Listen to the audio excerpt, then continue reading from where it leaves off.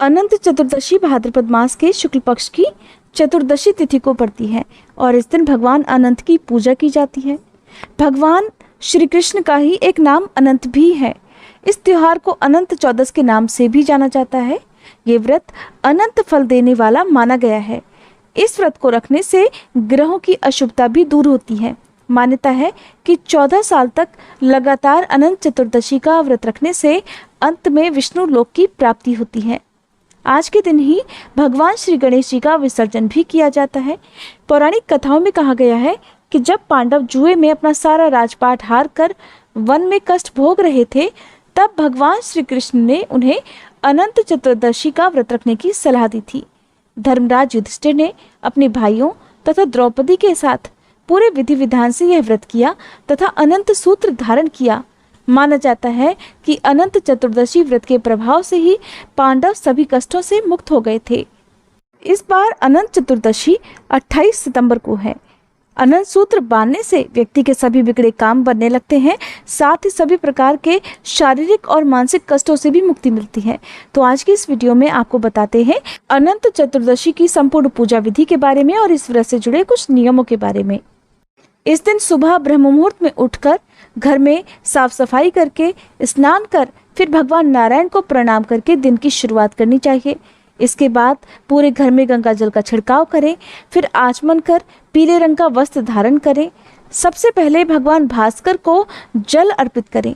इसके बाद पूजा घर में चौकी पर वस्त्र बिछाकर भगवान नारायण की प्रतिमा या तस्वीर की स्थापना करें। एक कलश भी जरूर रखें। कलश में अष्टदल कमल रखें। भगवान विष्णु के सामने अनंत रक्षा सूत्र रखें। ध्यान रखें कि घर में जितने भी सदस्य हैं उतने ही रक्षा सूत्र आज के दिन आपको रखने चाहिए। अब भगवान नारायण के अनंत स्वरूप की विधि विधान से पूजा करें। आप चाहें तो पंडित जी से भी आज के दिन पूजा करा सकते हैं। कपास या फिर रेशम के धागे को कुमकुम, केसर और हल्दी से रंगकर अनंत सूत्र तैयार करें। इसमें 14 गांठें लगी होनी चाहिए।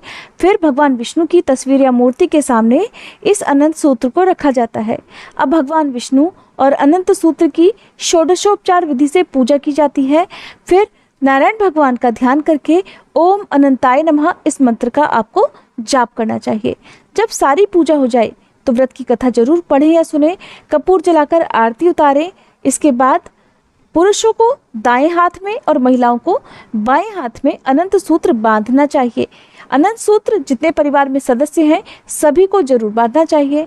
इसके बाद यदि संभव हो तो ब्राह्मण को भोजन कराना चाहिए, नहीं तो आप अपने सामर्थ्य के अनुसार दान दक्षिणा ब्राह्मण को भिजवा सकते हैं। स्वयं भगवान श्री कृष्ण ने अनंत सूत्र बांधने के बारे में बताया है कि भाद्रपद की शुक्ल चतुर्दशी को कच्चे धागे में 14 गांठ लगाकर उसे कच्चे दूध में डुबोकर ओम अनंताय नमः मंत्र का जाप करते हुए भगवान विष्णु की विधिवत रूप से पूजा करनी चाहिए। अनंत सूत्र शुद्ध रेशम या कपास के सूत के धागे को हल्दी में भिगोकर 14 गांठ लगाकर तैयार किया जाता है।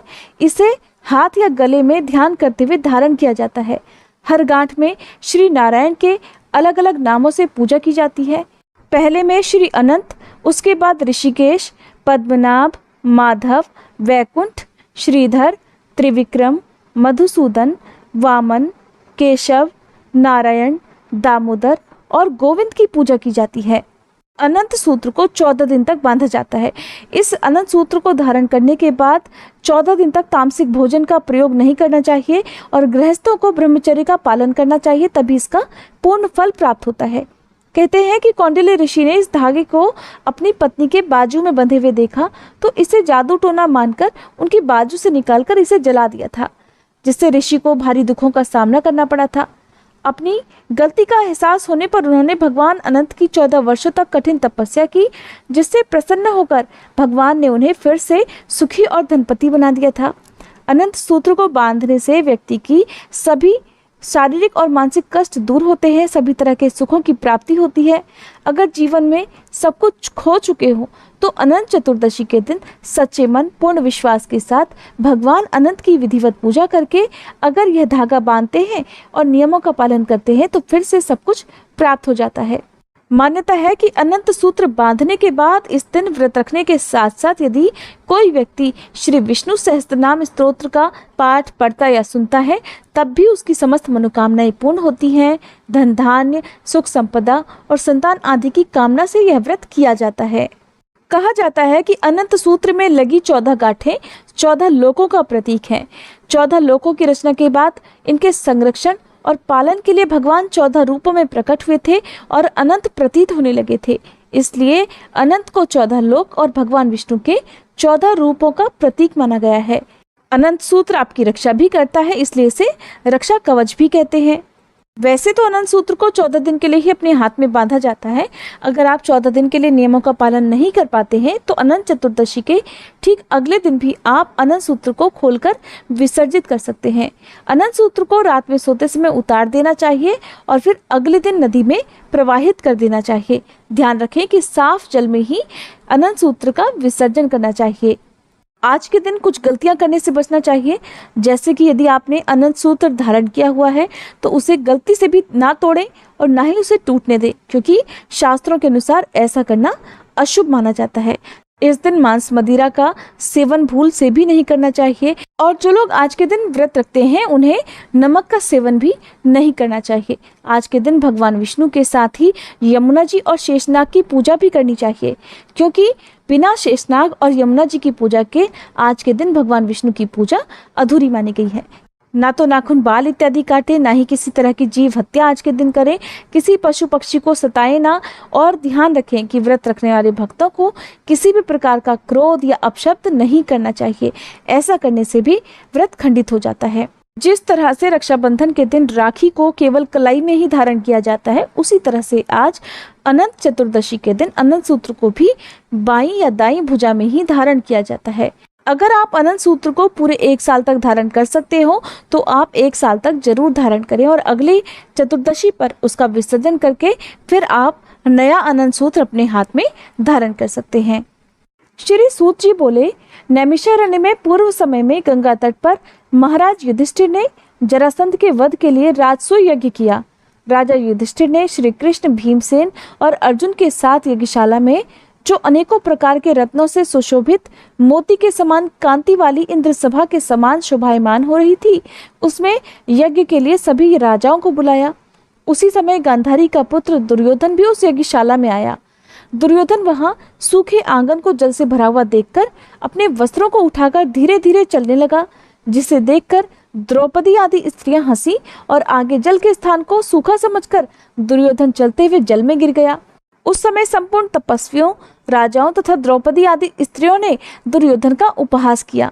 ये देखकर दुर्योधन अत्यंत क्रोधित होकर अपनी माता के साथ हस्तिनापुर को चला गया। उस समय शकुनी ने दुर्योधन से मधुर वचन कहे, हे राजन, आप अपने क्रोध को अपने कार्य के लिए छोड़ दें, क्योंकि जुआ खेलने से आप सारे राज्य को पा सकते हैं। हे राजन, यज्ञ मंडप में चलने के लिए उठिए। फिर ऐसा ही होगा कहकर दुर्योधन यज्ञ मंडप में आया। इतने में ही सभी राजा यज्ञ समाप्त कर अपने अपने देश को चले गए।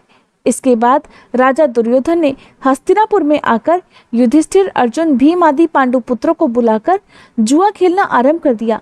कपट से उनके राज्य को खुद हड़प लिया और निरपराधी पांडवों को जीतकर वन में भेज दिया। अब पांडव वन वन घूमने लगे। यह समाचार सुनकर भगवान श्री कृष्ण पांडवों को देखने की इच्छा करके उनके पास वन में पहुंचे। श्री सूत जी बोले, हे ऋषियों, वन में रहने पर दुख से दुर्बल पांडव जगदीश्वर कृष्ण को देखकर उन्हें प्रणाम करने लगे। युधिष्ठिर बोले, हे जगदीश्वर, परिवार सहित मैं बहुत दुखी हूँ। इस दुख के सागर से मुक्ति का कोई उपाय बताइए। हे भगवान, किस देवता की पूजा से हम अपना खोया हुआ राज्य प्राप्त कर सकते हैं, अथवा मैं किस व्रत को करूं जिससे आपकी कृपा से मेरा हित हो सके। श्री कृष्ण बोले, हे युधिष्ठिर, श्री अनंत भगवान का पूजन व्रत पुरुषों तथा स्त्रियों को करना चाहिए। इस व्रत को करने से सभी के मनोरथ सिद्ध हो जाते हैं और सभी पाप भी नष्ट हो जाते हैं। तब युधिष्ठिर बोले, हे श्री कृष्ण, आपके कहे हुए कि अनंत भगवान कौन है? क्या शेषनाग है, क्या तक्षक सर्प है, या फिर परमात्मा को अनंत कहते हैं? हे केशव, ये अनंत कौन है? कृपया कर हमें यथार्थ कहिए। श्री कृष्ण भगवान कहने लगे, हे युधिष्ठिर, अनंत रूप मेरा ही है। सूर्य आदि ग्रह और ये आत्मा जो कहे जाते हैं और पल, विपल, दिन रात, पक्ष, मास, ऋतु, वर्ष, युग, ये सब काल कहे जाते हैं। जो काल कहे जाते हैं वही अनंत कहा जाता है।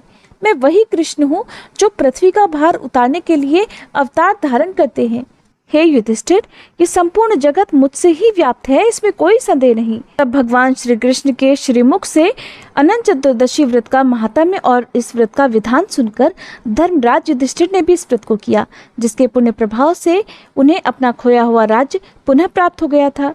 ये थी अनंत चतुर्दशी व्रत की संपूर्ण पूजा विधि। अगर आपको कथा भी सुननी हो तो हमारे चैनल पर कथा की वीडियो अलग से अपलोडेड है, आप जरूर सुनिएगा। जानकारी अच्छी लगी हो तो वीडियो को लाइक करके, चैनल को सब्सक्राइब नहीं किया हो तो जरूर कर लीजिएगा।